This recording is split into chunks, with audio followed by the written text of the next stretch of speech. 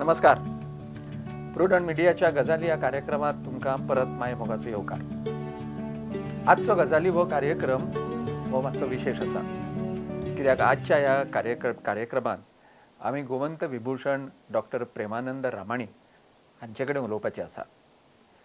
तुमी सगळे जाण जाणा डॉक्टर प्रेमानंद रामाणी खंय रावतालो, कसो व्हडलो जालो, ताणें मागीर कितें केलें, तो केदो व्हडलो मनीस जालो, जगभरान ताका न्युरोस्पायनल सर्जन म्हणून कशें वळखतात, हें सगळें आमी वाचलां, आमी आयकलां. पूण डॉक्टर रामाणीचे अनेक कामां आसा. गेल्या 60-70 वर्सांच्या ताच्या जिवितांत ताणें कितलींशींच कामां केल्या आनी तातूंतलें एक काम जें ताणें हालीं सुरू केलां आनी ताज्या खातीर तो कितें कितें करता, कशें करता, कित्याक करता, हें आयकुपाक गोमंत विभूषण डॉक्टर रामाणी आज आमचे बरोबर आयल्या. दोतोर, तुमकां प्रुडंट मिडियाच्या वतीन नमस्कार करता, तुमचें अभिनंदन करता. तुमकां गोंय सरकारचो सर्वोच्च प्रतिश्ठेचो पुरस्कार गोमंत विभूषण फावो जाला. म्हाका सांगा, हालींसरार म्हणजे गेलीं कांय वर्सां तुमी भारतभर भोंवन गांवांनी वचून थंयच्या शाळेंतलीं भुरगीं, थंयच्या कॉलेजांतलीं भुरगीं हांकां तांणी जिवनांत कशें यशस्वी जावचें हें सांगतात. दुसरे कडेन सादारण 60-65 वर्सां वयले जाणटे आसतात, तांणी फुडें आपलें जीवन कशें हेल्दी दवरचें, सुखी दवरचें हें सांगतात.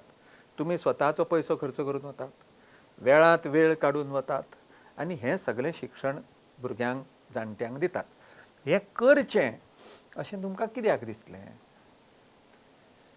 म्हत्वाचो प्रस्न आसा हो. म्हाका कित्याक दिसलें पळय म्हणटा, जनरली गोंयाच अशें न्हय, सगळ्या कडेन भारतांत तर गेलो अशें दिसून येता, जनरली लोक आळशी आसतात.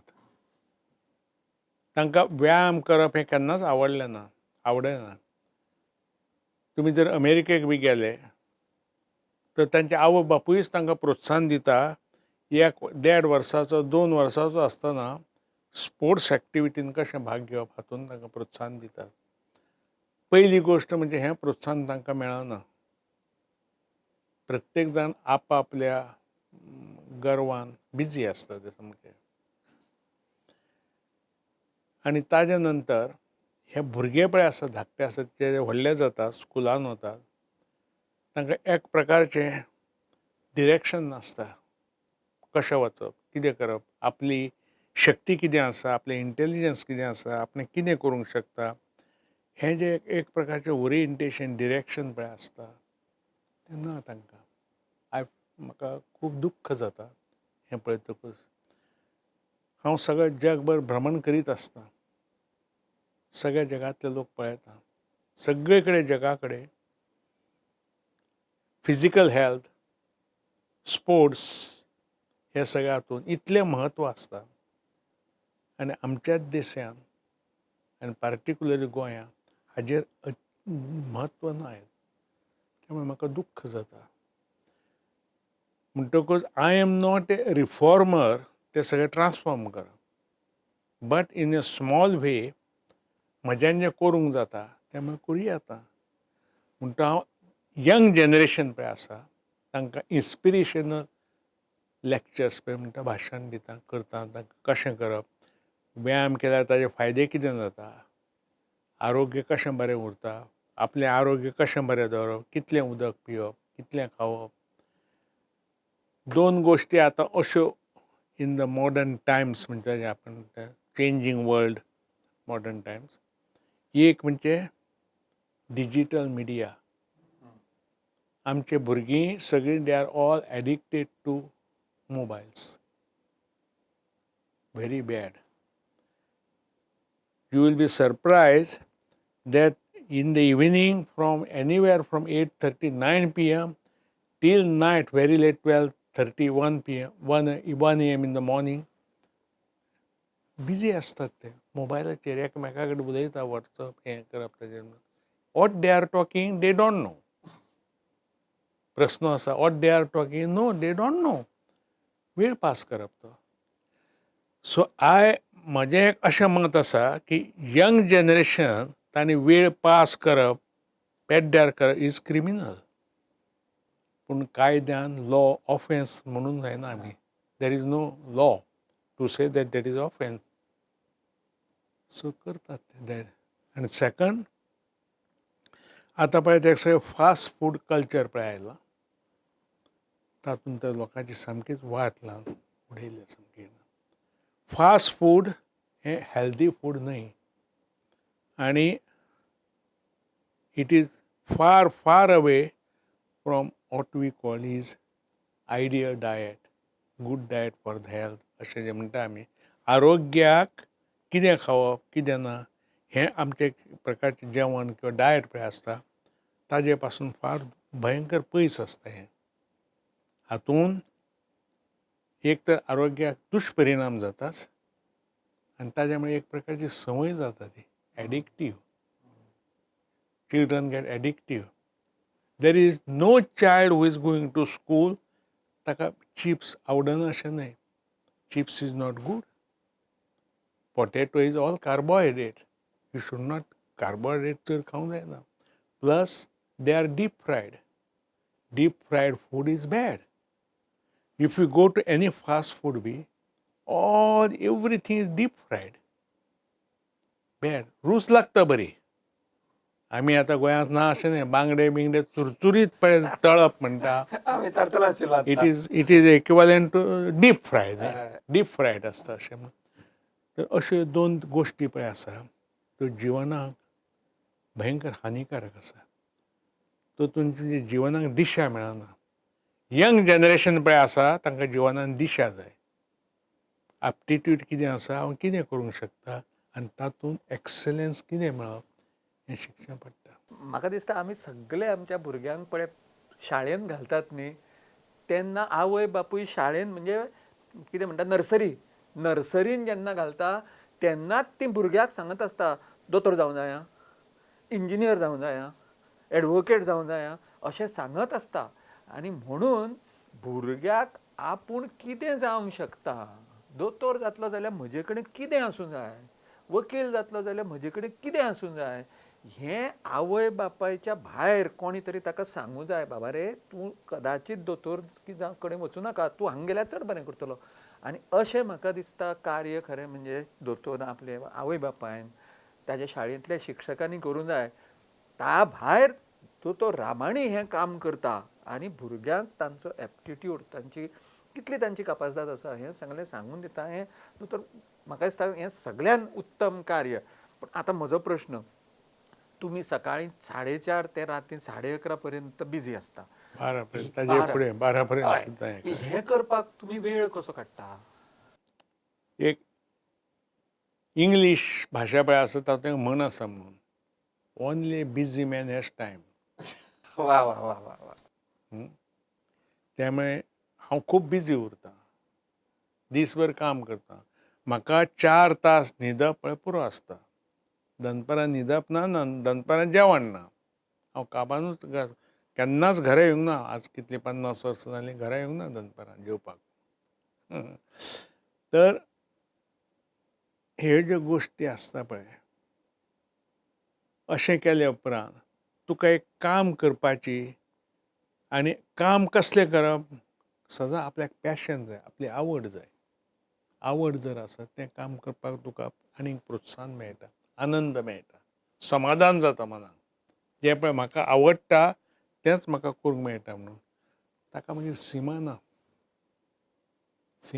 कितलेंय करूंक शकता तुमी. खंय टायम सगळें एडजस्ट करूंक जाता. हांव कालूच पयर कोणाक तरी सांग अशें कितें तरी जालें, तो म्हणून हांव खूब बिजी आसता, म्हाका वेळ मेळना. यू आर रायट, बरोबर आसा तुजें, तुका बिजी आसा. हांवूय आतां ह्या वयान आतां 81 कंप्लीट जायत आयली, म्हाका 82 वता आतां. आय एम वर्कींग ऑन 58 कमिटीज आनी आय स्टील हॅव टायम. सो वेळ काडचो पडटा. वेळ काडचे पेक्षा आपलो जो पळय वेळ आसा, हाव टू युटिलायज इट इफेक्टिवली हें आपणाक शिकूंक जाय. It is art. It is an art which you must acquire. ती जर आर्ट घेतली तर तुज्यान जग आपल्या मुठीन हाडूंक शकता. दोतोर, आतां एक आमकां सगल्यांक पडिल्लो प्रश्न म्हणजे पेशंट म्हणून आतां विचारता. आता पयलींचे पळय आमचे कडेन दोतोर आशिल्ले, तांचे कडेन they had only 3 apparatus: stethoscope, blood pressure apparatus, and their 5 fingers, which was the main apparatus. कळ्ळें न्ही? Now you have lot of equipment which has come into the medical system. So सामान्य मनशाक प्रश्न असो पडटा किंवा तुमकां विचारता हांव, पयलींचे तपासप आशिल्लें पळय, देर equipment or gadgets were used to confirm the diagnosis. Now the patients think that that is used to diagnose. म्हणजे ताज्या शिवाय कांय जायना. So this has become less useful, which is most important. तुमचें ओपिनियन कितें? Bad, very bad. डॉक्टर जर आसा ताका बरे भशेन शिकूंक जाय. पयली गोश्ट म्हणजे सगळो तांचो चूक आसा अशें न्ही, तांकां शिक्षणूय बरोबर मेळना. पयलें पळय शिक्षण मेळटालें, पयले भुरगे थोडे आसताले, तांकां एटेन्शन दिवन शिकोवपाक. आनी भुरग्यांक कितें आसता, they are never attentive. It is the duty of the teacher to make them attentive. And ते एटेंटीव करप म्हळ्यार थोडीं भुरगीं आसूं जाय, चड आसूंक जायना. इवन टुडे आय प्रॅक्टीस गुरू शिश्य परंपरा, 1-to-1 इंडिविज्युअल. अशें जर तांकां शिकयत, जन्मभर विसरनात ते. आनी तांकां एक प्रकारची मोरल रिस्पॉन्सिबिलिटी पडटा एक्सल जावपाक, बरो जावपाक, दोतोरा प्रमाणे बरें जावपाक. अशें म्हणून असो एक तो कन्सेप्ट तो आतां जायना. सगळें life has become very mechanical. इतलें मॅकानिकल जालां की शेवटी पेशंटूच येतना MRI घेवन येता. जागा नासतना काडून घेता. हय, कितें जालां तुका? हें पळय MRI करून हाडला न्ही, पळय म्हणटा तो. म्हळ्यार MRI दुखता काय तुका दुखता विचारचें पडटा मागीर. म्हणटा तुका दुखता, खंय दुखता म्हाका सांग सारकें न्ही. म्हणून ताका वठणीर कितें म्हणटा, वठणीर हाडचो पडटा ताका सांगपाक तुका कितें जाता तें. MRI जायना तें. अशी एक सगळीच निती बदल्ल्या. खरें म्हळ्यार हें तुमी आतां जें म्हळें, इतलो सगळो एडवान्स मेडिसीन पळय जाला, इट इज व्हेरी गूड. बरो तो मेडिसिनान इतलो एडवान्स जाला म्हणून आमची ह्या पृथ्वीचेर जगपाची क्षमता पळय आसा वाडत वता. आमच्या वेळा पयलीं 50 जाली, 55 जाली, सोंपलो तो आतां म्हणटाले आमी न्ही. अशें म्हणून आतां म्हजे बरोबर आतां जपानाकसून दोतोर आयला, तांचे कडेन 88 वर्साच्यो, 89 वर्साच्यो बायलो काम करतात. जगतातूच न्ही, काम करतात. तसो अशें म्हणून तर हो फरक medicine has help lot to increase our longevity. त्यामुळे मेडिसीन बरें, पूण कितें आसा, ह्युमन बिईंग्स एनीवेर, आनी हांगा तर चड दिसता ती we are all corrupt people. कोणेंय तर कितें कायदो काडलो तातूंत करप्शन कशें करप हें आमी पयलीं चिंततात. मागीर तो कायदो वापरप कसो तें मागीर चिंततात. पयलो करप्शन कशें करप, शॉर्टकट कशें मारप ताका, तें आमी पयलीं चिंततात. दुर्दैवाची गोश्ट आसा. अशें तर शॉर्टकट मारीत रावले तेंच मेडिसिनानूय आयलां. आनी दुसरें कितें जालां आतां, एडवान्स इन मेडिसीन पळय आसा, इतलें कॉम्पिटिटीव जालां, they are virtually, sorry to use this word, they are buying the doctors to utilize their products. म्हणटा हातूंत निती खंय आयली तें सांगा तुमी आतां न्ही. बरोबर आसा, निती खंय आयली ना न्ही. सो खंयच्या हातूंत निती आसूंक जाय. निती जर आसली तर तुमचो धर्म, तुमची हें पळय आसा, कार्य पळय कितें आसा तें एका दृश्टीन सारकें फुडें वयर वचूंक मेळटा.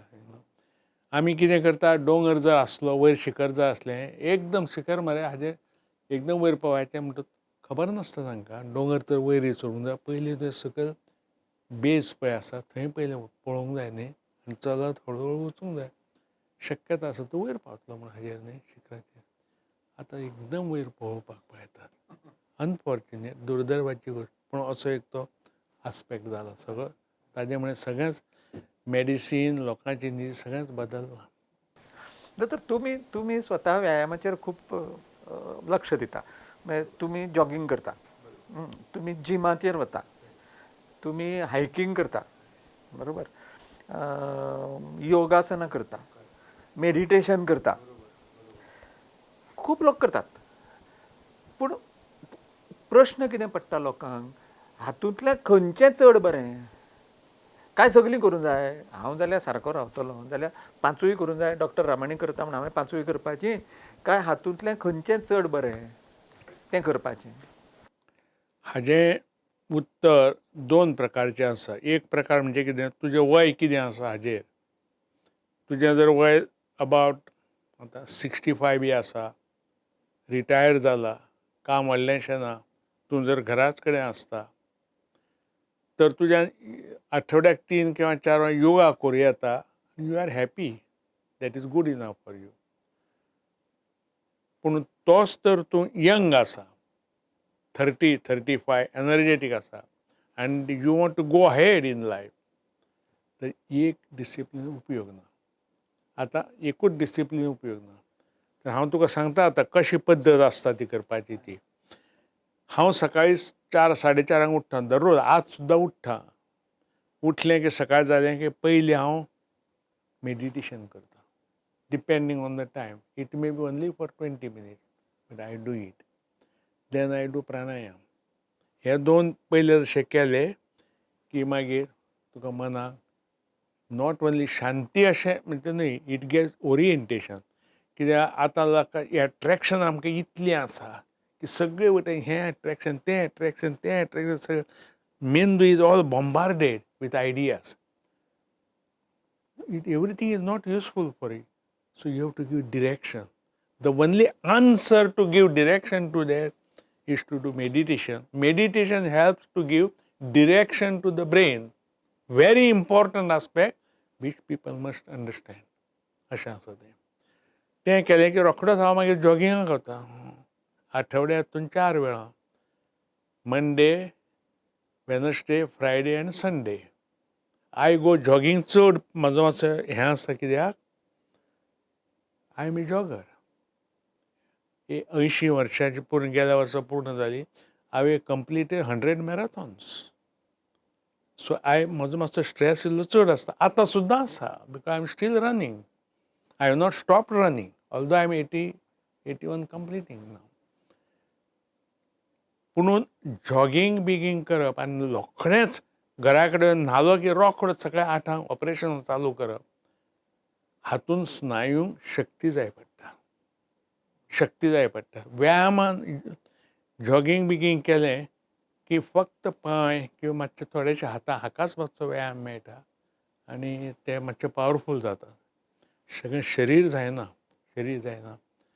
बाकीचें सगळें काम एक्टीव दीसभर करचो जालो तर ताका व्यायाम करचो पडटा. Tuesday, Thursday, Saturday, I go to gym. I got a trainer there. One day upper body, one day lower body, and one day middle part. अशें तो ट्रेन करता म्हाका सदां. Morning. This is all in the morning. Everything in the morning before 8 o'clock. Everything is over before 8 o'clock. Because 8 o'clock I have to start my operations. अशें जाता. सगळें मॉर्निंग. तें जालें. तितलें अशें केलें की स्नायू पळय आसता. लोकांचो एक गैरसमज आसा, म्हाका व्यायाम करपाची गरज ना, हांव घरान इतलें काम करता, हांव शेतान इतलें काम करता. लेबरर्स सुद्दां काम करतात न्ही, पूण शेतान बितान जें किंवा घरचें काम करप तातूंत स्नायू अशक्त जातात, शीण येता. Because it is not disciplined. It is discipline to the project. Whatever you are doing that it is. जो कोण घरा कडेन रांदता तें रांदप हाजेर लक्ष आसता, शरिराचें न्हय. ताका शीण येता. म्हणटून ते शिणाचेर मात जर करपाक जाय, स्नायू तुवें सकाळीं पयलीं व्यायाम करून सशक्त करूंक जाय. दॅट इज वाय ताजें व्यायामाचें खूब म्हत्व आसता, भयंकर म्हत्व आसा. आनी तातूंत मागीर एक एक दीस हांव आयतारा दीस जॉगींग न करता सकाळीं 4:00 4:30 5:00 उठून हायकिंगाक वता. मागीर there is no one peak in Sahyadri range which I have not gone many times, not once also, climbed अशें. हायकिंग केलें म्हणटच बरेच फायदे जाता. हायकिंग जर केलें तर it is not that you get only exercise, पण हायकिंग करता is automatic meditation. There is nobody to disturb you. You are with the nature. You see the trees, you see the forest, you see the animals, you see the birds, everything. You are with the nature. It is a most enjoyable moment.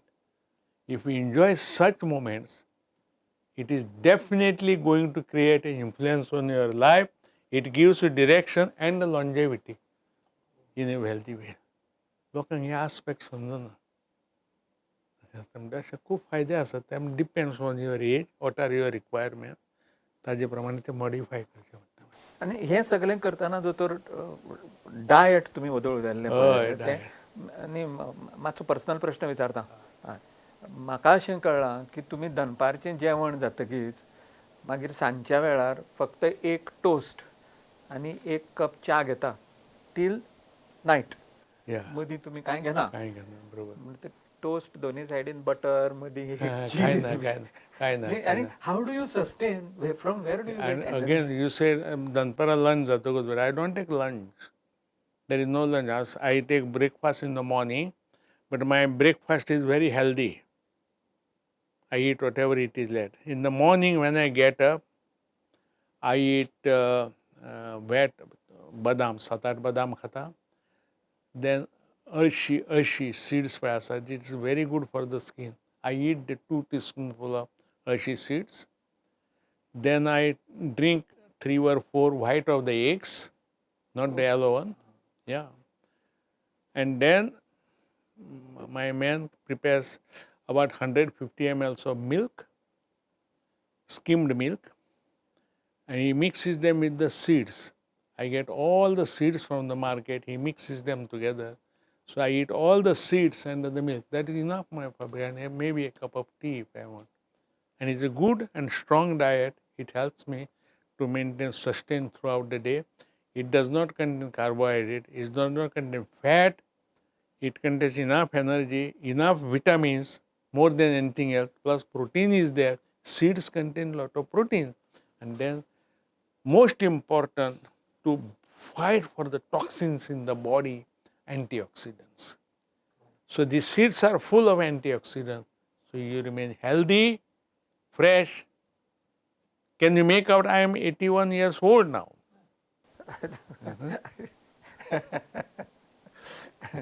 And then there is no lunch, huh? There is no lunch. If I feel very hungry or something, at the most, as you say, I may take some butter, or I may take some curd, or maybe some fruits, 1 or 2 fruits, 1 fruit, 1 apple, or something. That's it. I'm all right, happy. Because I want to remain light. आमची गोंयांत कितें खबर आसा, दनपारां घरा कडेन आयले, जेवले, पयले 2 वरां कमीत कमी न्हिदूंक जाय न्हय. आय वॉन्ट टू, या दनपारचो वेळ आसता पळय, अशें आसता. आनी एक निमाणो प्रश्न विचारता की what is your opinion about carbonated drinks? Very bad. Very bad. They are not good. In any form, कशाय form, carbonated drinks असता, they are not good for health. They create a lot of acidity, create indigestion, and more than that, people don't realize they cause bloating inside first, and then the whole body gets bloated because of drinking carbonated or aerated drinks. Yeah. They are very bad. Should not be drunk, all the time. तर तुमकां आतां गोमंत विभूषण पुरस्कार गोंय सरकाराचो मेळ्ळा. कशें दिसलें तुमकां आयकतकीच? मोठो प्रश्न होता तो. हांव विचार केलो ह्या प्रश्नाचेर. म्हाका बरें दिसलेंच, पूण म्हाजें एक लक्षांत आयलें. म्हाका पळय मोबायलचेर वॉट्सअप मॅसेजीस आयल्यो. To be very honest, for the next 2 weeks I was going through the messages. So it is more than me, म्हाका असो लोकांक चड आनंद जालो म्हाका मेळ्ळें तें. सो आय लव पीपल, लोकांचेर हांव प्रेम करता सगळ्याचेर. तर लोकांक जर चड आनंद जालो तोच म्हजो आनंद. सो आय एम हॅपी जालें मेळ्ळें. हांव लोकांचेर मनापासून प्रेम करता, त्यामुळे लोकांचो जो आनंद तोच म्हजो आनंद अशें म्हणपी दोतोरांची जमात हळू हळू हळू हळू कमी जावपाक लागल्या. आज पेशंटान म्हाका चड पयशे दिले की कदाचित तोच पेशंट म्हणजे म्हजो आनंद अशें म्हणपी दोतोर तयार जातात काय कितें, हो दोतोर रामाणी सारख्या मनशांक विचारून उत्तर दिवपाचो प्रश्न. आमचे कडेन वेळ कमी आसा, पूण दोतोर प्रुडंट मिडिया खातीर तुमी वेळांत वेळ काडलो, गोमंत विभूषण पुरस्कार तुमकां मेळ्ळो, हाजो सगळ्या भशेन आमकांय खूब आनंद जाला. तुमी वेळांत वेळ काडून हांगा आयले आनी अतिशय म्हत्वाची म्हायती जी लोकांक जाय, भुरग्या पासून ते जाणट्या पर्यंत, ती तुमी दिली. त्या बद्दल प्रुडंट मिडियाच्या वतीन तुमकां देव बरें करूं म्हणटा. Thank you so much.